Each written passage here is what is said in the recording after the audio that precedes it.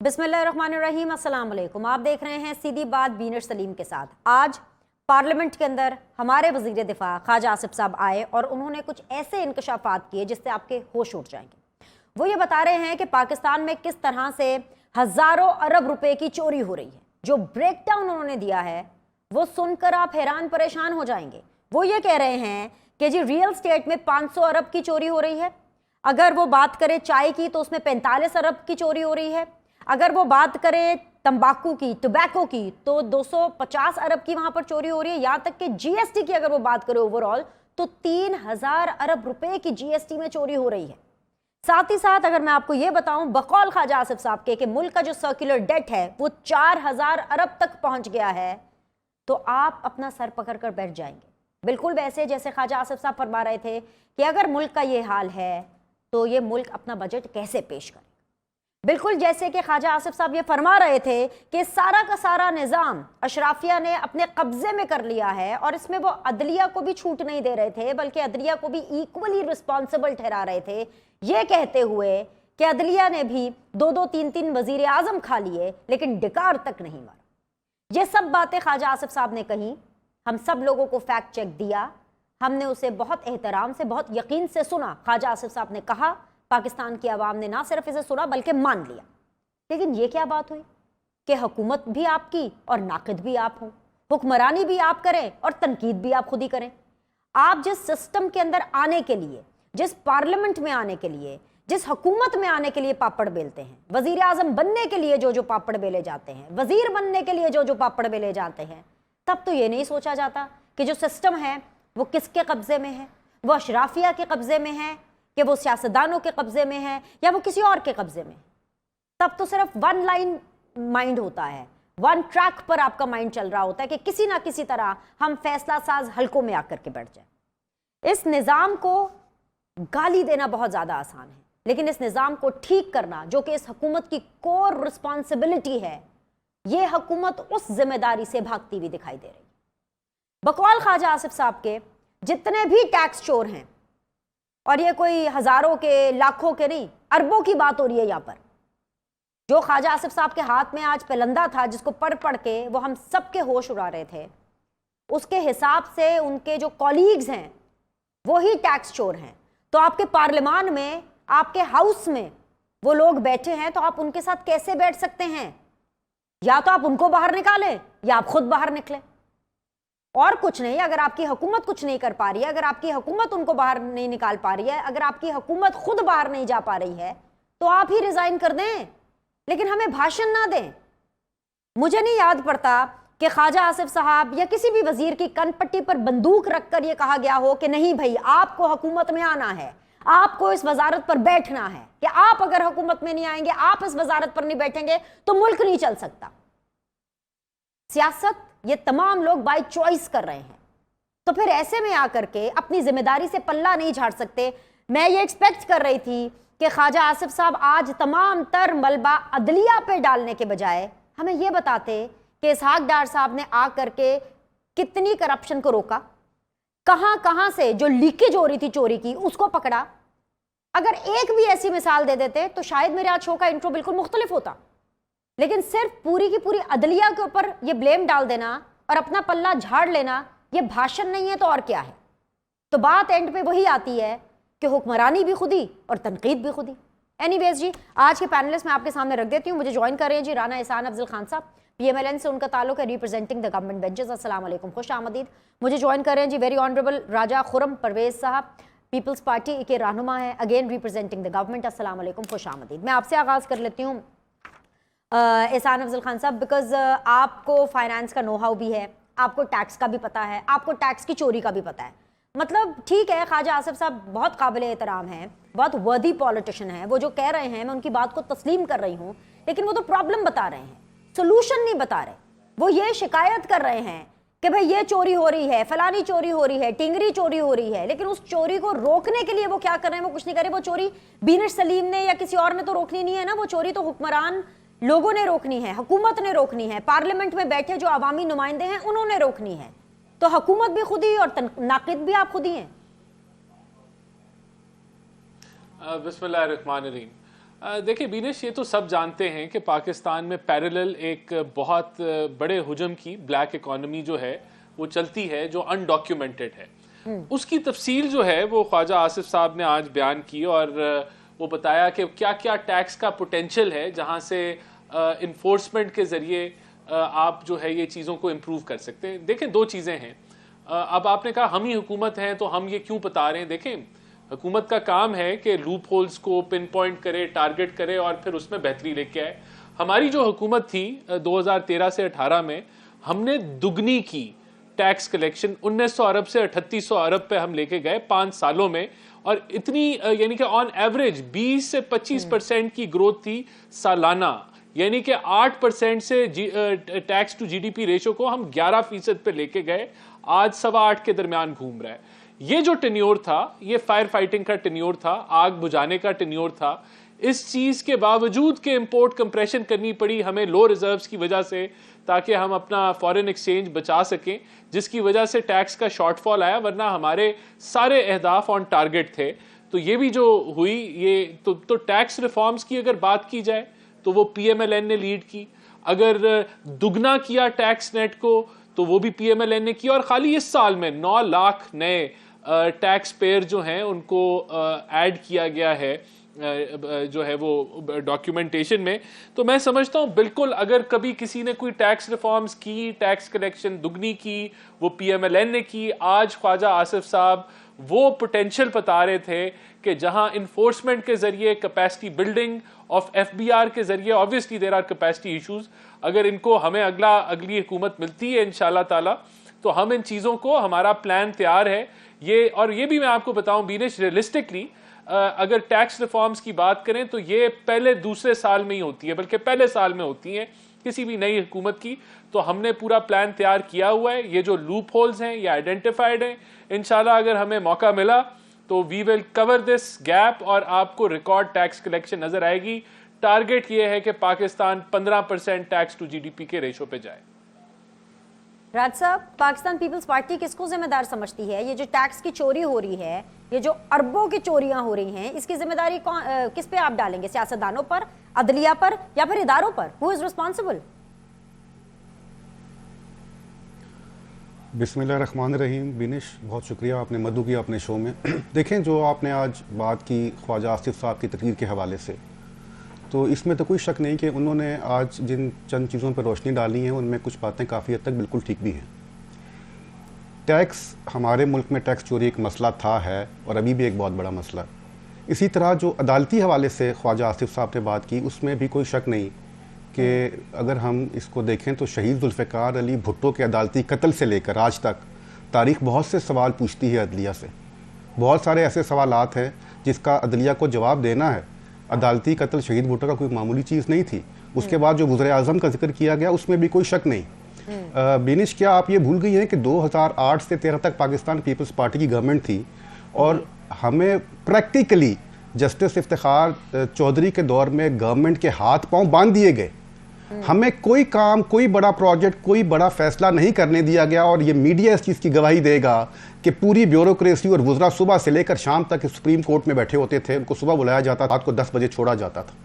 तो इसलिए ये वो तमाम चीज़ें हैं जो शायद कोई एक जमात इकट्ठे ठीक नहीं कर सकती, कोई एक शख्स ठीक नहीं कर सकता।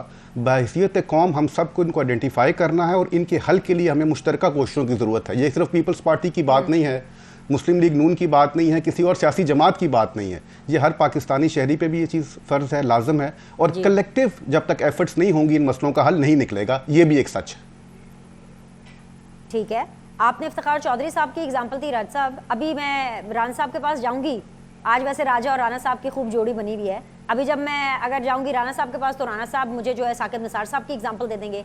But again sir, my humble question remains the same कि आप लोग हुकूमत में, आप दोनों हुकूमत में, आज मेरे पास कोई ऑपोजिशन नहीं है। आप समझे आज मैं ऑपोजिशन हूँ।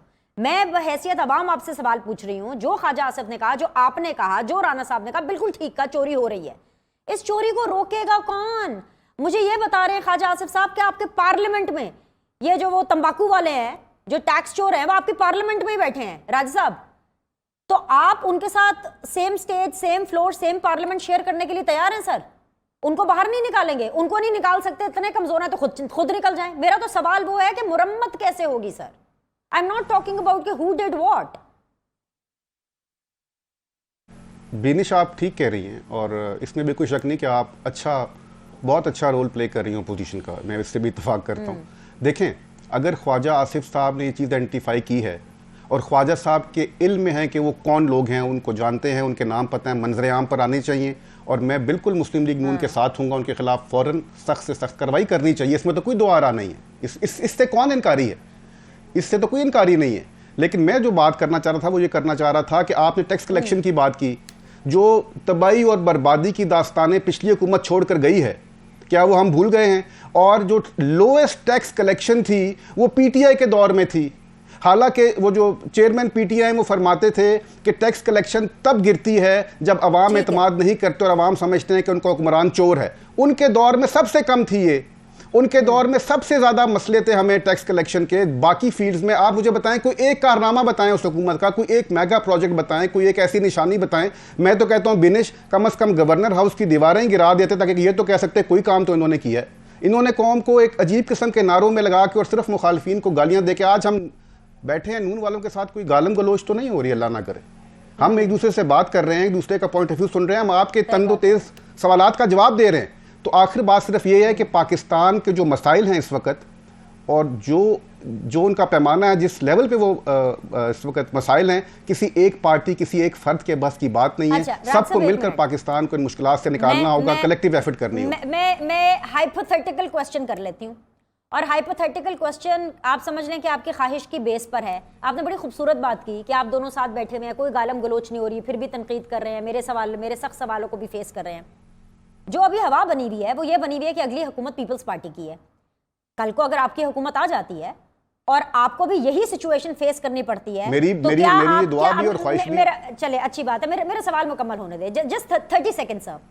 तो क्या आप फिर आकर के मेरे प्रोग्राम के अंदर मुल्क के चीफ एग्जीक्यूटिव जो उस टाइम के होंगे, शहबाज शरीफ साहब और इसहाक डार साहब को कोसेंगे कि भाई देखें, इनकी गलत पॉलिसीज की वजह से आज जो है हमारा खजाना खाली है और इस वजह से पाकिस्तान पीपल्स पार्टी को ये सिचुएशन फेस करनी पड़ रही है? सर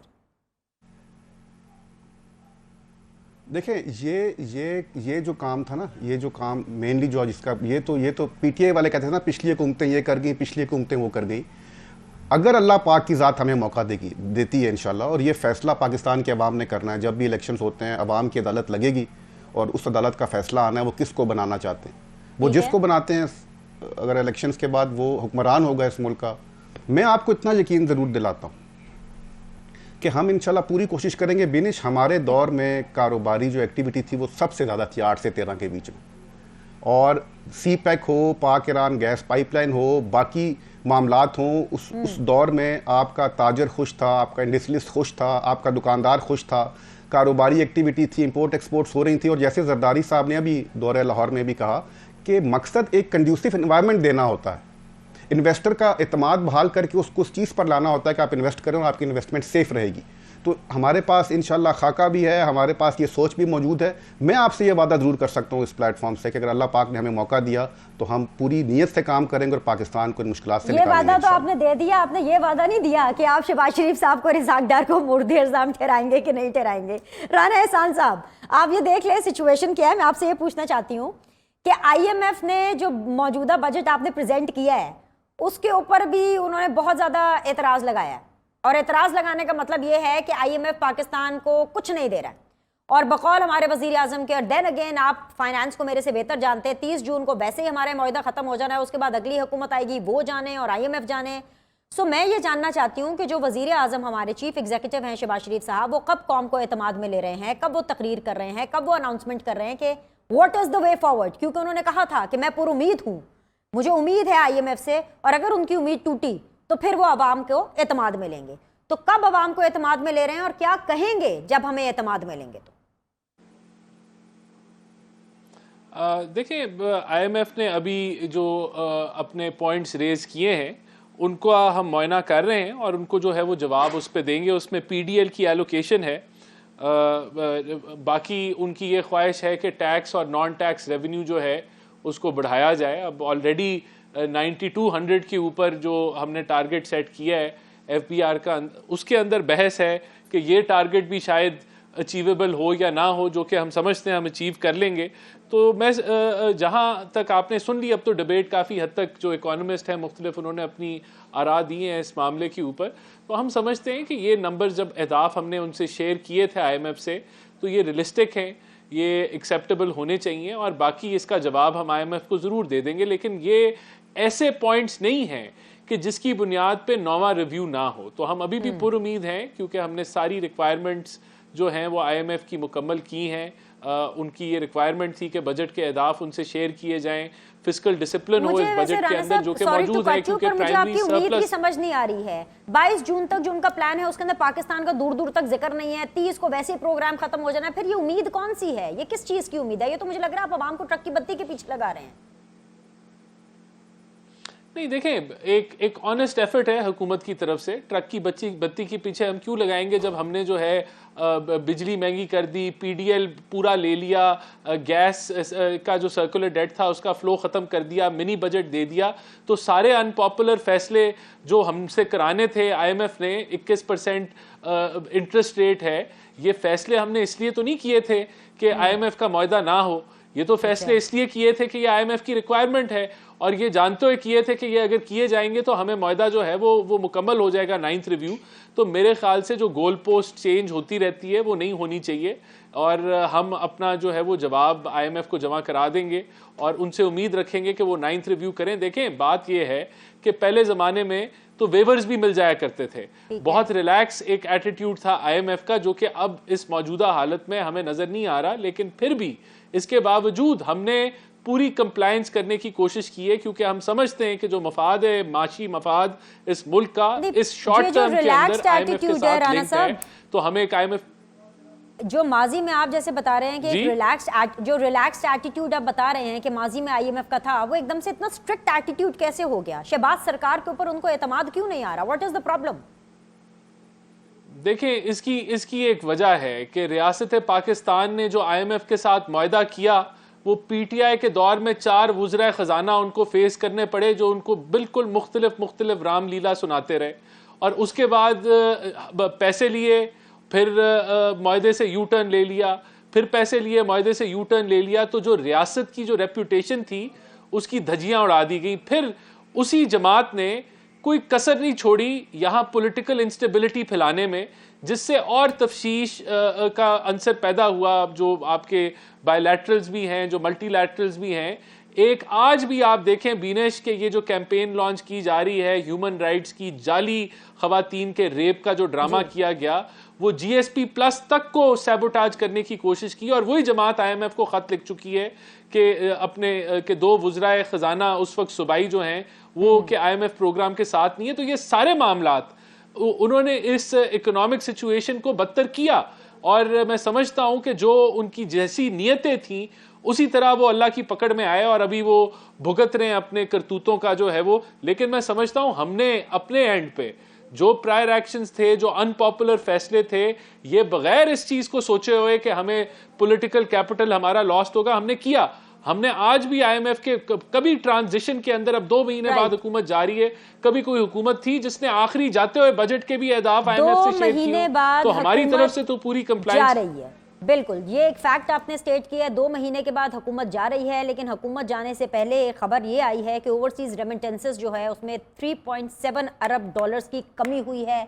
इसका मतलब ये है कि इसहाक डार साहब के ऊपर मजीद प्रेशर बढ़ने वाला है, और 2 महीने के बाद जब हुकूमत चली जाएगी तो उसके बाद क्या होगा? इलेक्शन होगा, एक इंटरम सेटअप आएगा, क्या होगा? एक छोटा सा ब्रेक, विल बी बैक।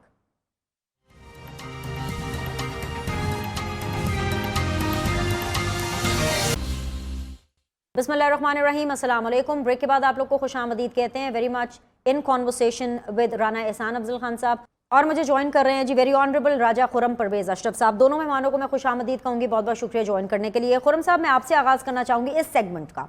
2 महीने के बाद हुकूमत जा रही है, ये बात तो सबको पता है, मतलब किसी बहरे को भी पता है ये बात।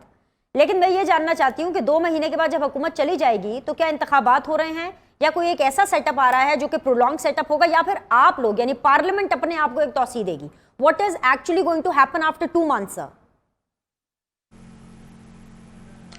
बिनिश देखें, जिस तरह आपने कहा, ये बात तो सबको पता है कि गालिबन 13 अगस्त को जो है वो असेंबली की मुद्दत पूरी हो रही है, और जो तरीका आइन में दर्ज है वो ये है कि जब हुकूमत चली जाए तो 3 महीने का टाइम है, 90 डेज का।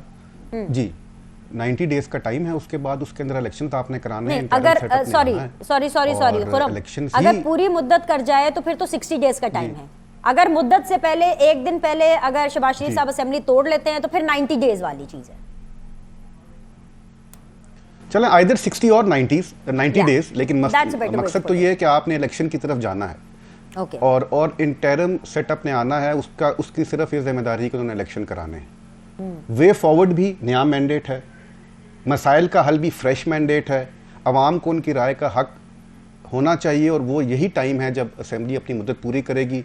मेरी जमात का भी इस पर यही स्टैंस है कि हमें इलेक्शन की तरफ बढ़ना है। जो आइन कहता है उस पर अमल कर दीजिए। अगस्त में असेंबलियाँ तोड़िए, अक्टूबर नवंबर में इलेक्शन करा के जिसको पाकिस्तान की कौम ये हक हुक्मरानी देते हैं, यह उनको दीजिए, और वो आगे मामलात को लेकर चले। नई हुकूमत हो फ्रेश मैंडेट के साथ। एंड आपकी जो बाकी आधी हुकूमत है जो कि PMLN चैप्टर है, वो ऑन बोर्ड है आपके साथ इस बारे में खुरम साहब? जाहिर है PMLN भी एक सियासी जमात है, और तमाम, क्योंकि अब हम इकट्ठे इत्तेहादी हैं, फैसले हमने मुशावरत से करने हैं, इसमें कोई शक नहीं। और सबसे बड़ी मुशावरत तो खुद आइन है, जो आइन कहता है उस पर अमल होना चाहिए। ये हमारा स्टैंड है, और मेरा ख्याल है यही भाई की जमात का होगा, मुस्लिम लीग नून का भी। लेकिन राना साहब, लोड शेडिंग भी शुरू हो गई है, 3.7 अरब डॉलर की कमी भी हो गई है ओवरसीज रेमिटेंसेस में, यानी जो बाहर से लोग जो पैसे भेजते थे अब उनको भी एतमाद नहीं रहा है। डार साहब के ऊपर प्रेशर बढ़ता जा रहा है, और डार साहब पे प्रेशर बढ़ने का मतलब यह है कि पाकिस्तान की आवाम का तरा निकलता जा रहा है।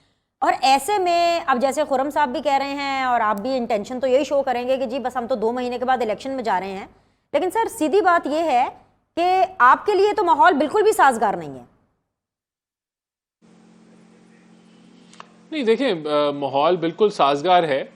हमारा मुकाबला पंजाब में PMLN वर्सेस PTI था, और 9 मई के अंधोनाक वाक़यात के बाद मैं समझता हूं कि PTI की पॉपुलैरिटी काफ़ी ज़्यादा गिरी है, और उसका बेनिफिट PMLN ही उठाएगी। तो मुझे तो 2/3 अक्सरियत से PMLN पंजाब में नजर आ रही है। नहीं, बेनिफिट कैसे उठाएगी? 2/3 अक्सरियत वाली बात तो सर समझ में आ रही है, लेकिन PTI को क्रश होने का या खत्म होने का या टूटने का या बुरे फेज से गुजरने का, मुझे नहीं पता, जो भी आपने इसके लिए टर्म यूज करनी है, उसका फायदा नून लीग को कैसे होगा? मतलब आपको ये लग रहा है कि PTI का जो वोटर है वो आपको वोट कर देगा? तो सर ये आपकी गलतफहमी है। नहीं, मैं एक एग्जांपल दूं राना साहब। अच्छा सॉरी, एक एग्जांपल सुन लीजिए सर, एक एग्जांपल सुन लीजिए, फिर मैं आपकी पूरी बात सुनूंगी। मैं आपको एक एग्जांपल दे देती हूँ। सानिया कामरान एक MPA थी पाकिस्तान तहरीक इंसाफ पर, और टॉप 10 में भी नहीं थी, मेरे ख्याल से टॉप 20 या टॉप 25 में थी। उन्होंने आज पाकिस्तान पीपल्स पार्टी को ज्वाइन करने को तरजीह दी है। सर, नून लीग को PTI के क्रश होने का, खत्म होने का, इफेक्ट होने का कोई फायदा नहीं होने वाला। सर अब आप कंटिन्यू करिए। नहीं, देखें ना, अब ये बिल्कुल जो आपने बात की, आपने मेरे मौक़िफ़ की तस्दीक कर दी कि अगर PTI, एक तो पहली बात तो ये कि जो PMLN की बस है वो भरी हुई है, उसकी सीटों पे जगह नहीं है, बल्कि कितार लगी हुई है बस के अंदर जाने के लिए। तो हमारे पास तो इंडक्शन के लिए कैपेसिटी नहीं है, नंबर 1। नंबर 2, आपने सही कहा कि PTI के लोग टूट के IPP या पीपल्स पार्टी या और दीगर जमातों में जाते हैं, तो इसका मतलब है कि PTI का वोट डिवाइड हो गया। उसका बेनिफिट किसको मिलेगा? PMLN को, जिसका वोट इंटैक्ट है।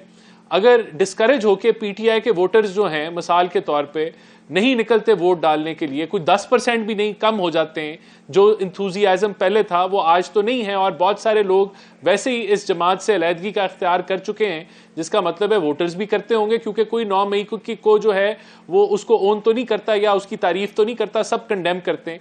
तो जब वो वोटर डिवाइड होगा या वो नहीं निकलेगा, बेशक वो हमारे फेवर में वोट ना डाले, लेकिन वो डिवाइड और ना निकले, तो उसका बेनिफिट PMLN को मिलेगा, और PMLN 2/3 अक्सरियत से जो है वो पंजाब में हुकूमत बनाएगी। ये लॉजिक है। आप जी मैं आती हूँ, एक सेकंड बस मुझे दीजिए खुरम, मैं आपकी तरफ आती हूँ। रान साहब, आप हल्के की सियासत करते हैं, मुझे पता है। आप अभी भी मोस्ट ऑफ द टाइम जितना भी आपको मिलता है आप अपने हल्के में गुजारते हैं। मैं आपसे ये जानना चाहती हूँ कि जब आप अपने हल्के में जाते हैं, अभी कल परसों भी आप गए होंगे, दिल पे हाथ रख के बताइएगा, क्या आवाम आपकी कारकर्दगी से मुतमईन है? आप अपने लोगों का जो Q&A सेशन है अपने डेरे पे बैठने का, साहिल हॉस्पिटल के जिस तरह से आप दरवाजे खोलते हैं लोगों के लिए, क्या लोग आ करके आपसे वाकई में अपनी सेटिस्फैक्शन का इजहार करते हैं? देखें, लोग जो हैं तकलीफ में हैं, महंगाई की वजह से बहुत सख्त तकलीफ में हैं, मुश्किल माशी हालात हैं, लेकिन लोग ये जानते हैं कि हमारा जो दौरे हुकूमत 13 से 18 रहा उसमें पाकिस्तान ने बेहतरीन तरक्की की और इस वक्त हमने वो आग बुझाई है जो इमरान खान लगा के गया था। और जो उसका नतीजा है, इमरान खान की जो कह लें जो क्लाइमैक्स था, वो 9 मई को लोगों ने देख लिया कि वो किस तरफ मुल्क को लेके जा रहा था। तो डेफिनेटली लोग तकलीफ में हैं, परेशान हैं, लेकिन वो ये जानते हैं कि इस वक्त बेहतर चॉइस पीएमएलएन है। आपने वो आग बुझाई नहीं है। I am really sorry to say. देखिए, मेरा काम है जिस कुर्सी पर मैं बैठी हूँ कि मैं आपको हकाइक से आगाह करूँ। सवाल पर सवाल करना, तनकीद बराए तनकीद करना, ये मेरा स्टाइल नहीं है। लेकिन मैं सिर्फ आपको इसलिए बार बार ये बता रही हूँ ताकि मैं आपको ये फैक्ट दे सकूँ। आपने कहा जो आग पीटीआई ने लगाई या पीटीआई के चेयरमैन ने लगाई, आपने उसको ख़त्म कर दिया। कैसे ख़त्म किया? आप लोगों ने अगर 9 मई के वाक़यात के ऊपर कार्रवाई की तो उन लोगों पर कार्रवाई की जो सियासी बेहरा रवी का शिकार हुए, जिनके जो माइंड थे उनके साथ खेला गया, जिनको असल में इस डगर पे लगाया गया कि जाकर के आग लगाओ। वो जो मेन कल्प्रिट है, जो मेन मास्टरमाइंड है, वो तो अभी भी आज़ाद है, बाहर है। मुराद सईद तक जो बंदा है वो आपकी पहुंच से दूर है। मियां असलम इकबाल को आप पकड़ नहीं पा रहे हैं, वो ट्वीटों पे ट्वीटें कर रहे हैं, आप उनको नहीं पकड़ पा रहे हैं। और बल्कि यहाँ से मुझे याद आया, प्लीज थोड़ा सा बेयर कीजिएगा मेरे साथ। वो किधर गई है खबर? हाँ जी, ये है जी, मेरी खबर सुन ले जी। एक वो और ही हमारे ही गंदे अंडे हैं, सॉरी जरा सुन लें। मेजर रिटायर्ड आदिल राजा, मतलब मेरा तो दिल इनके नाम के साथ मेजर रिटायर लगाने को करता ही नहीं है, अल्लाह की कसम। ये जो भी आदिल राजा हैं, गंदे अंडे हैं, ये मुल्क दुश्मन ताकतों के हाथों खिलवाड़ बन गए। यूट्यूब इन्होंने अपना खोला, जो इन्होंने कमाइयाँ की हैं। अब मुझे नहीं पता वैसे तो, लेकिन खबर यही आ रही है कि उनको कोई धर लिया गया है, लंदन में उनको कोई पकड़ लिया गया, उनको गिरफ्तार किया गया है। कुछ यूट्यूबर्स हैं, कुछ एंकर्स हैं जिनके ऊपर कार्रवाई करने का फैसला किया गया है। But what about the mastermind? आग बुझाने का दावा प्रोग्राम में, पार्लियामेंट में, जलसों में तब कीजिएगा जब आप मेन मास्टरमाइंड को पकड़ लेंगे। जी सर। देखिए, आप बिल्कुल ठीक कह रही हैं और कि पहले तो जो एग्जीक्यूशनर्स हैं उनकी पकड़ हुई है, लेकिन अब जो एविडेंस का मवाद जमा हो चुका है प्लानर्स का, उसके ऊपर भी कार्रवाई होगी। देखें, बात यह है कि इस चीज़ को टाइम लगता है। अभी बहुत सारी गवाहियाँ आ गई हैं, बहुत सारी सोशल मीडिया के ऊपर जो है वो शवाहिद आ गए हैं, बहुत सारी जो है कॉन्वर्सेशंस आ गई हैं। तो अब उनके ऊपर डेफिनेटली कार्रवाई होगी और इस चीज़ का किसी को कोई ये भूल नहीं होनी चाहिए कि यहाँ कोई ये चीज़ें अभी रिलैक्स होने जा रही हैं। जो इन्वॉल्व है प्लानिंग, अबेटमेंट और एग्जीक्यूशन में, सब फड़े जाएंगे। और ये अभी जिनको लग रहा है कि वो मास्टरमाइंड खुले फिर रहे हैं, तो अनकरीब उनका भी वक्त आने लगा है। ठीक है, मुझे एक ब्रेक लेना है, फिर मैं खुर्रम परवेज अशरफ साहब के पास भी जाऊंगी। I have a lot of things to ask him as well. एक छोटा सा ब्रेक लेते हैं, ब्रेक के बाद विल रिज्यूम द डिस्कशन।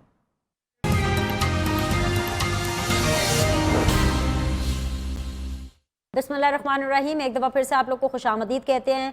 राजा खुर्रम परवेज साहब मेरे साथ शो में बने हुए हैं, राना एहसान अफजल खान साहब मेरे साथ शो में बने हुए हैं। खुर्रम साहब, मैं इस बात से आपसे सेगमेंट का आगाज़ करना चाहूँगी कि आर्टिकल 184(3) ये वो आर्टिकल है जिसके अंदर एक तरमीम करने की कोशिश की गई। और मैं कोशिश इसलिए कह रही हूँ क्योंकि ये तरमीम पार्लियामेंट के ज़रिए की गई कि जी आप अपील कर सकते हैं, क्योंकि पहले इसके अंदर अपील का राइट नहीं था, क्योंकि खुद नोटिस था और खुद नोटिस के अंदर अपील का राइट नहीं होता था। Having said that, chief justice of Pakistan ने आज जब हेयरिंग हुई तो बड़ी इंटरेस्टिंग कुछ रिमार्क्स दिए और उन्होंने ये इशारतन एक इंदिया दिया कि भाई वो तरमीम को वेलकम करेंगे, लेकिन वो जो तरमीम है वो एक्चुअली एक आईनी तरमीम होनी चाहिए और आईनी तरमीम के लिए आपको 2/3 मेजॉरिटी चाहिए।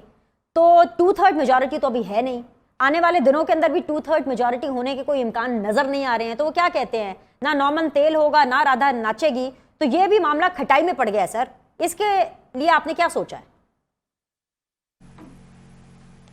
बिनिश, बिल्कुल इस का जवाब देने से पहले मैं जो बात पहले हो रही थी उस पर बात करना चाहूँगा। पंजाब के हवाले से आपने डिस्कशन का आगाज़ किया था। पीपल्स पार्टी का जो बुनियाद रखी गई थी बिनिश, वो जुल्फ़िकार अली भुट्टो शहीद ने लाहौर में रखी थी।